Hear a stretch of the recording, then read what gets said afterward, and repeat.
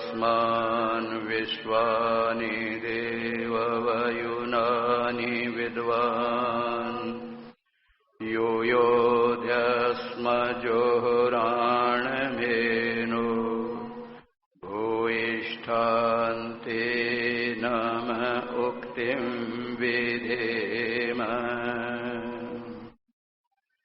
अपने व्यावहारिक जीवन में अनेक बार हम देखते हैं जब कोई हमारा भला करता है, हमें किसी प्रकार का सहयोग देता है, हमारी रक्षा करता है, हम उसका धन्यवाद करते हैं, उसकी प्रशंसा करते हैं।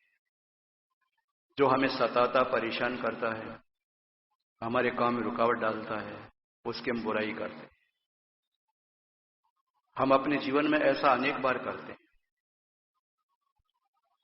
स्वाभाविक बात है, जो हमारा हित करेगा हम बताएंगे ही बताएंगे, जो हमें हानि पहुंचाएगा उसको अच्छा हम नहीं बताएंगे। इसमें किसी उपदेश की आवश्यकता नहीं है, किसी से कुछ सीखने की आवश्यकता नहीं है, स्वभाव है मनुष्य का। यहां पर समुदाय का प्रश्न नहीं है, चाहे किसी भी समुदाय से संबंधित व्यक्ति हो, अगर कोई उसका भला करता तो उसका धन्यवाद जरूर करेगा, वो उसकी प्रशंसा करेगा, और अगर नुकसान पहुंचाएगा तो उसकी बुराई करेगा। धन्यवाद क्यों करेगा उसका? तो आर्य समाज का जो उपकार है हिंदू समाज के ऊपर, तो हिंदू समाज को, आर्य समाज को उत्साहित करना चाहिए, प्रोत्साहन देना चाहिए, और ये मान करके चलना चाहिए कि आर्य समाज ने बड़ा उपकार किया कि आज चोटी और जनेऊ की रक्षा है। हमारे लिए आर्य समाज ने त्याग किया है, प्राणों की आहुति दी है। कई आर्य समाज के वीर हिंदू धर्म की रक्षा के लिए अपने प्राणों का उत्सर्ग कर गए हैं, तो इनके मुंह से कम धन्यवाद का शब्द तो निकलना चाहिए। किंतु कितना बड़ा आश्चर्य है, फिर भी आर्य समाज को लोग अन्यथा समझ रहे हैं। उसके दो कारण हैं। पहला कारण यह है कि हम उनको हमारे संबंध में अच्छा परिचय दे नहीं पा रहे हैं। दूसरा है कि उनको कोई स्वार्थ है। अगर हमारी मान्यताओं को अगर वो स्वीकार कर लेंगे या उनकी प्रशंसा करेंगे तो उनकी दुकान बंद हो जाएगी। तो आर्थिक प्रश्न उनके सामने है, तो जिनके सामने आर्थिक प्रश्न है उनको छोड़िए। तो जिनके पास सामने आर्थिक प्रश्न नहीं है उनको तो कम से कम आर्य समाज का धन्यवाद करना चाहिए, किंतु क्योंकि उनके तक पहुंच ही नहीं पाए हम लोग, उनको पता ही नहीं है, हमारे बारे में ठीक से जानकारी नहीं कर रहे हैं, जानकारी प्राप्त नहीं है उनको, तो वो कैसे क्या करेंगे हमारा। इसलिए मैंने आपको बताया कि आर्य समाज का परिचय क्या है, आर्य समाज का लक्ष्य क्या है, आर्य समाज की चाहना क्या है। 3 बातें मैंने आपको 1 महीने तक बताई है, 7 तारीख से लेकर के कल 6 तारीख तक। आज 7 तारीख है, कल 5 तारीख तक। कल मैंने बताया था आपको उपकार आर्य समाज का, वो प्रसंग आरंभ किया था आर्य समाज का हिंदू समुदाय पर कितना उपकार है। वैसे तो प्राणी मात्र पर, मानव मात्र पर है, किंतु यहां जो मैं आपको बता रहा हूं कल से, वो विशेषकर हिंदुओं के लिए बता रहा हूं। हिंदू समुदाय पर कितना उपकार किया आर्य समाज ने। हम भी तो हिंदू ही हैं, हमको पता नहीं था, इसलिए अब हमको पता लग गया कि हिंदू शब्द फारसी है, हमारे ग्रंथों में कि इसका उल्लेख नहीं है, ये तो विदेशियों का थोपा हुआ शब्द है। तो हमारे पूर्वज तो आर्य थे ना, तो हम लोग उनको भी समझाने का प्रयास करें। हमको तो पता लग गया, किंतु हिंदू से नफरत नहीं है हमारी, हम हिंदू की रक्षा करें, वो हमारी ही तो है। सबसे निकट कोई है तो हमारी है, तो हम ही तो हिंदू ही हैं, उनसे तो हम आर्य समाज में आए हैं। तो आर्य समाज का मतलब हिंदू समाज से कोई अलग समाज नहीं है, हिंदू ही लोग आर्य हैं। राम को मानते, कृष्ण को मानते हैं, वेद को मानते हैं, तो आर्य तो हैं सब। तो कितना उपकार किया है ये मैंने कल आपको बताने का प्रयास किया है, और वो क्रम मैंने आरंभ किया है। उपकार है आर्य समाज का हिंदू जाति पर भारी, कोई माने या न माने पर है सच्ची बात हमारी। उपकार है आर्य समाज के हिंदू जाति पर भारी। उपकार है आर्य समाज के हिंदू जाति पर भारी। वही स्वर है, अभी देर कैसे लगे। माने या न माने, माने या न माने, माने या न माने, पर है सच्ची बात हमारी। उपकार है आर्य समाज के हिंदू जाति पर भारी। पंक्तियां दोहरा देता हूं। घोर अंधकार सारे भारत में छा चुका था, छिप चुकी थी कर्ण सब वेद रूप रब की। आंधी की भांति ईसाई और मुसलमान रहे थे उखाड़ जड़ हिंदू मजहब की। दीनहीन निस्सहाय हो चुकी थी हिंदू जाति, पढ़कर देख लो इतिहास बात तब की। अरे शिका और सूत्र का नामो निशान मिट जाता, चोटी और जनेऊ का नामो निशान मिट जाता। न होता आर्य समाज तो सुन्नत होती सबकी, न होता आर्य समाज तो सुन्नत होती सबकी। ये आर्य समाज न होता तो शिका और सूत्र बचाता कौन।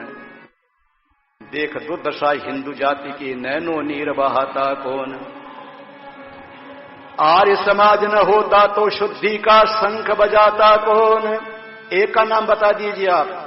ये हिंदुओं के जो धर्म के ठेकेदार बैठे इन्होंने शुद्ध के लिए कहा हो कि भाई हिंदू को शुद्ध कर दो वापिस। एक का नाम बता दो।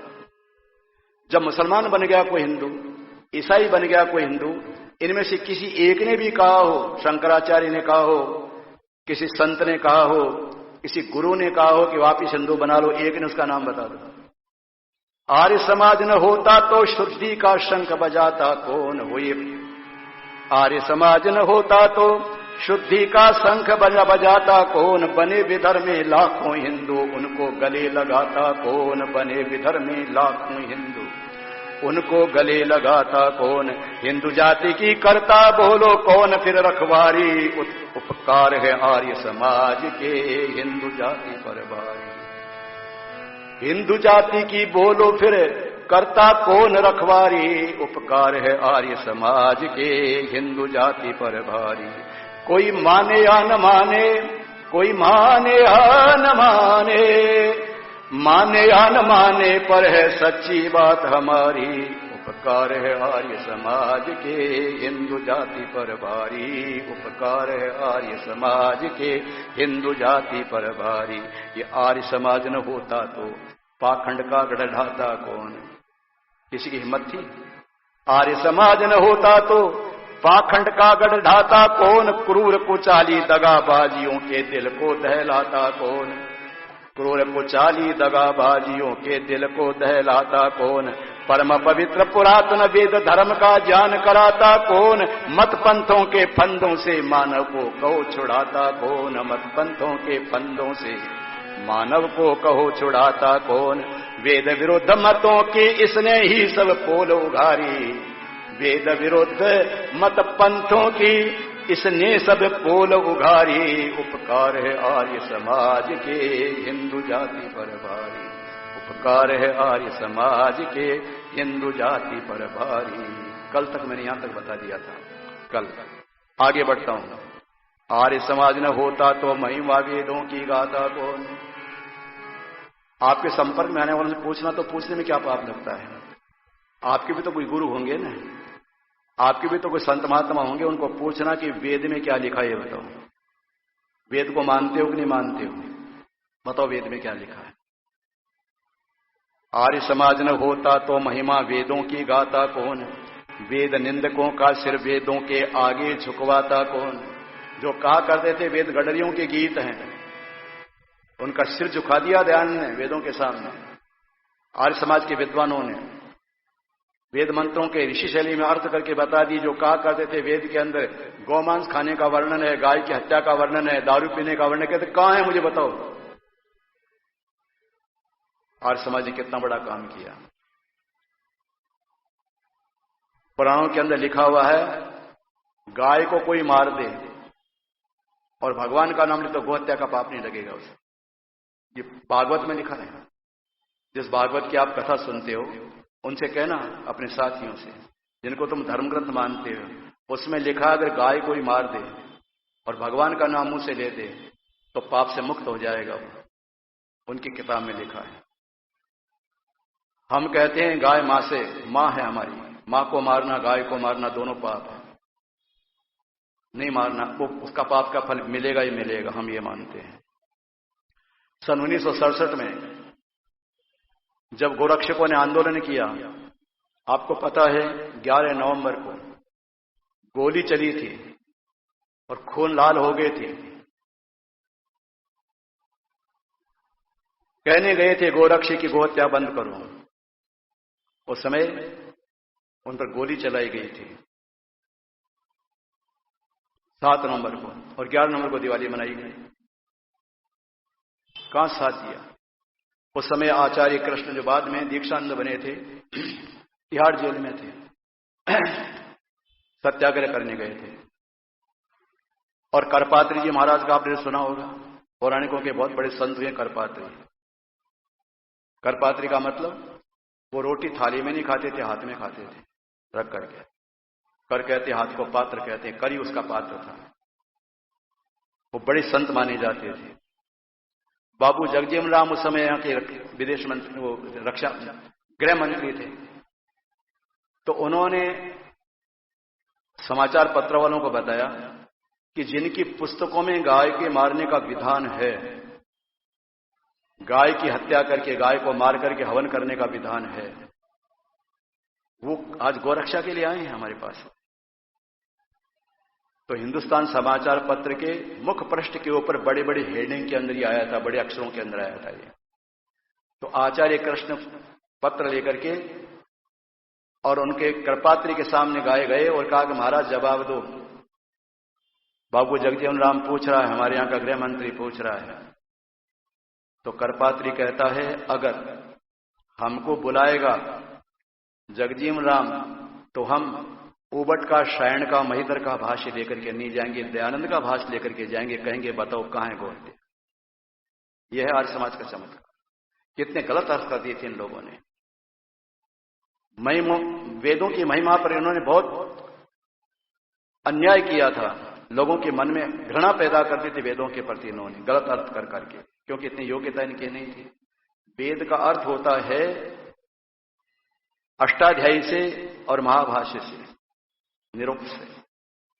वेद का जो स्कूल में संस्कृत पढ़ाई जाती है उससे नहीं होता है, क्योंकि तो लौकिक संस्कृत है, इंसान की बनाई हुई है। तो परमात्मा की जो भाषा है वो भाषा धरती पर कहीं नहीं बोली जाती है। उसको समझने के लिए पाणिनि ने अष्टाध्यायी का निर्माण किया था, यास्क ने निरुक्त का निर्माण किया था, कहा इनको पढ़ करके करो वेद का अर्थ। महर्षि स्वामी दयानंद सरस्वती जी महाराज ने लोगों को बताया कि वेद में ऐसा कहां लिखा जो तुम बता रहे हो। आर्य समाज न होता तो मैं वा वेदों की गाता कौन, वेद निंदकों का सिर वेदों के आगे झुकवाता कौन, पावन वेद ऋचाएं सब मानव को कहो सुनाता कौन, पावन वेद ऋचाएं पावन वेद ऋचाएं हर मानव को कहो सुनाता कौन, और धर्म सनातन की रक्षा हित अपने प्राण गंवाता कौन, धर्म सनातन की रक्षा हित अपने प्राण गंवाता कौन। पढ़ के देखो समय का इतिहास। सहे धर्म हित कष्ट अनेकों खाई गोली गारी, सहे अनेकों कष्ट सहे धर्म हित कष्ट अनेकों खाई गोली गारी, उपकार है आर्य समाज के हिंदू जाति पर भारी, उपकार है आर्य समाज के हिंदू जाति पर भारी। कोई माने या न माने, कोई माने या न माने, सच्ची बात हमारी, उपकार है आर्य समाज के हिंदू जाति पर भारी। इतना तो पूछ सकते हो आप लोग, जितने संत महात्मा कहलाने वाले हिंदू समुदाय में जितने भी हैं, उनसे इतना तो पूछ सकते हो वेद को मानते हो कि नहीं मानते हो। इनके ग्रंथों में लिखा गया,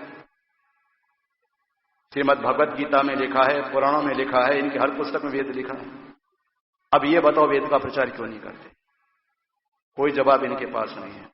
अगर कोई वेद का प्रचार करेंगे इनकी सारी मली मिट्टिया में मिट जाएगी, सारी इनकी मान्यताएं सारी की सारी वेद विरुद्ध है, इसलिए नहीं करते। और पुस्तकों का प्रचार करते, वेद का क्यों नहीं करते? क्या आपत्ति है इनको? बताइए, कोई कारण तो होगा। जबकि इन पुस्तकों में वेद का बारे में लिखा हुआ है और सब मानते इस बात को। रामायण मानते, इनकी गीता मानती, इनकी महाभारत मानता है, इनका सब मानते सारे के सारे वेद को। फिर तुम वेद का प्रचार क्यों नहीं करते? इसका तो जवाब दो। इनको पता ही नहीं, क्या करेंगे वेद का प्रचार? ये इतिहास बोल रहा है जिनके लिए मार खाई थी आर्य समाज ने। आपको उस घटनाओं का स्मरण कराता हूं। हैदराबाद के मंदिरों के ताले लगे खुलवाता कौन? पढ़ करके देखो। कासिम रजवी, जिसने 36 धाराएं लगाई थी हैदराबाद में। मैं बोल रहा हूं, टैप हो रहा है, सबको सुनाने की आवश्यकता है। मैं अप्रामाणिक बात कभी नहीं कहता। मंदिरों के अंदर कोई भी घंटे घड़ियाल नहीं बजा सकता, बाजार के अंदर कोई जुलूस नहीं निकाल सकता, संकीर्तन नहीं कर सकता, और मंदिरों की सीढ़ियों पर गाय का मांस बेचा जाता था। इनको चाहिए था, उस समय के इन पंडितों को, विद्वानों को चाहिए था, शंकराचार्यों को चाहता, बड़ों से कुछ तो जाते वहां हैदराबाद में जाकर के कहते उसको रिजवी को, क्या कर रहे हो हमारे हिंदू धर्म के लिए? किसी की हिम्मत नहीं हुई। हैदराबाद में मंदिरों के ताले लगे खुलवाता कौन? बंद पड़े घंटे घड़ियाल कहो जाकर बजवाता कौन? उस नवाब की बदनीति को लाखों चने चबाता कौन? आज के 55 वर्ष पहले दहाड़ता था। उस नवाब की बदनीति को नाकों चने चबाता कौन? रोती हिंदू महिलाओं को जाकर धीर बंधाता कौन? रोती हिंदू महिलाओं को जाकर धीर बंधाता कौन? रखी लाज मंदिर मूर्त की, रखी लाज मंदिर मूरत की, जाने दुनिया सारी। उपकार है आर्य समाज के हिंदू जाति पर भारी। उपकार है आर्य समाज के हिंदू जाति पर भारी। कैसी स्थिति थी उस समय? बड़ी दुर्दशा थी। कोई सुध लेने वाला नहीं था। पता लगा महात्मा नारायण स्वामी को, हमारे आर्य समाज के बहुत बड़े विद्वान, वो सन्यासी देखने को नहीं मिलते हैं। उन्होंने कहा ये क्या हो रहा है? मंदिरों में ताले लग गए, पूजा नहीं हो रही है। यद्यपि हम जड़ पूजा नहीं करते, किंतु आखिर हमारी परंपरा में हमारे प्रतीक तो हैं, ये नहीं मिट सकते। तो सबसे पहला जत्था लेकर के आर्य समाजियों का हैदराबाद वो पहुंचे सत्याग्रह के लिए। 6 महीने चला था ये सत्याग्रह। 26 आर्य समाजियों की कुर्बानी हुई थी वहां पर, मारा था, जान से मार दिया था इनको। एक भी इनका आदमी नहीं गया था। इनका आदमी को जाना था वहां पर, साथ देना था। हम तो मूर्ति पूजा करते नहीं, फिर क्यों गए वहां पर? तुम्हारी रक्षा के लिए गए थे। इतिहास बोलता, हम नहीं बोलते, और बोलता रहेगा इतिहास। मंदिरों के ताले खुलवाए थे वहां जाकर, हमारी विजय हुई थी। अंग्रेजों का राज था उस समय। कालूराम शास्त्री, अखिलानंद, इनके बड़े बड़े विद्वान थे। मैंने लिखा था उसमें, अखिलानंद को चाहिए था जाकर जेलों भरते, कालूराम शास्त्री जाए छिपे कहीं डरते। पर ये भोली जाती है तो कोरे दूध पिवा मजनू, दुकान इनकी चलनी चाहिए, हिंदू रहो या तुर्क बनो। आगे बताऊंगा आपको इनके बारे में, कैसे लोग थे। इनको कोई मतलब नहीं, इनको तो अपने मतलब से मतलब है। हिंदू मिट तो मरे, कुछ भी चिंता की बात नहीं है। कितने कम हो गए हिंदू। अब इनको होश आया, जब मार पड़ी तब होश आया। अब कहते शुद्ध करो। पहले कहां गए थे? जब श्रद्धानंद आए थे काली मैदान में, उस समय साथ क्यों नहीं दिया? जब अमर से लेखराम आए थे, उस समय साथ क्यों नहीं दिया? उस समय साथ देते होते तो आज ये नौबत नहीं आती। उस समय कहा नहीं नहीं नहीं, मुसलमान का हिंदू नहीं बन सकता कभी भी वापस, उसको छू नहीं सकते हो। तो मुसलमान बन चुका, निकल चुका हो। तो इन लोगों ने तो बाकी सीखी, जोड़ नहीं सीखा था। आर्य समाज ने कहा जोड़ सीखो, जोड़ मिलाना सीखो। तुम बाकी सीख करके बैठे हो, घटाना सीखा तुमने। प्लस भूल गए थे, माइनस याद रह गए थे। ये स्थिति बनी हुई थी। रोती हिंदू महिलाओं को जाकर धीर बंधाता कौन? रखी लाज मंदिर मूरत की, जाने दुनिया सारी। उपकार है आर्य समाज के हिंदू जाति पर भारी। आगे विस्तार करके बताने का प्रयास करूंगा, आगे वो प्रसंग आएगा। स्वामी शंकर ने नारी को कहा नरक का द्वार। कान खोल करके सुनना। इनके सबसे बड़ा आद्य शंकराचार्य उन्होंने क्या फतवा दिया बेटियों को? स्वामी शंकर ने नारी को कहा नरक का द्वार।